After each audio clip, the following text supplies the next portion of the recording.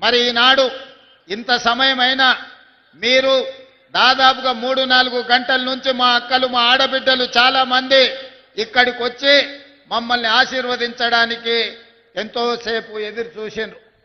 కానీ 2 సంవత్సరాల ఉత్సవాలను పూర్తి చేసుకోబోతున్న మనం ఢిల్లీకి వెళ్ళి పెద్దల్ని, ముఖ్యంగా మన 60 సంవత్సరాల యొక్క ఆకాంక్షను నెరవేర్చిన గొప్ప నాయకురాలు శ్రీమతి సోనియా గాంధీ గారికి ఆహ్వాన పత్రికను అందించి వారి ఆశీర్వాదం తీసుకొని మల్లికార్జున్ ఖర్గే, రాహుల్ గాంధీ, ప్రియాంక గాంధీతో పాటు ఈ దేశ ప్రధానమంత్రి నరేంద్ర మోడీ గారికి, ఇతర మంత్రులకు తెలంగాణ రాష్ట్రం డిసెంబర్ 8-9 నాడు జరుపుకోబోయే తెలంగాణ రైజింగ్ గ్లోబల్ సమ్మిట్ కు సంబంధించిన ఆహ్వాన పత్రికను అందించడమే కాకుండా భవిష్యత్తు కోసం ఏ విధంగా తెలంగాణ అభివృద్ధి ప్రణాళికలు రచించుకుంటుందో వారి అందరికీ ఈరోజు వివరించడం జరిగింది.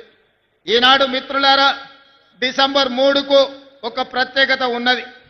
డిసెంబర్ 3, 2023 నాడు 10 సంవత్సరాల పరిపాలన మీద ఆధిపత్యంతో ప్రజలని చెరబట్టి హింసిస్తున్న ప్రభుత్వానికి చరమాంకం పలికి మీ ఓటునే ఆయుధంగా మార్చి ఆనాటి దుర్మార్గమైన పాలనను అంతమొందించి ప్రజా పాలనను మీరందరూ తీసుకురావడం జరిగింది. అదే కాదు, డిసెంబర్ 3కి ఇంకొక ప్రత్యేకత ఉంది.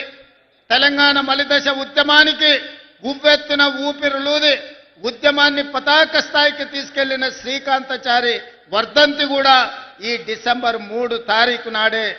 అందుకే శ్రీకాంతాచారి స్ఫూర్తితో నేను మరణించినా సరే, నా కుటుంబం నష్టపోయినా సరే, నా కుటుంబం కష్టపడ్డా సరే, తెలంగాణ నిరుద్యోగ యువతకు ఉద్యోగ ఉపాధి అవకాశాలు రావాలి, వాళ్ళ జీవితాలలో వెలుగులు నిండాలి అని ఆనాడు శ్రీకాంతాచారి ఆత్మ బలిదానం చేసుకొని ఈ తెలంగాణ రాష్ట్ర ఏర్పాటుకు ఒక గొప్ప స్ఫూర్తినిచ్చారు.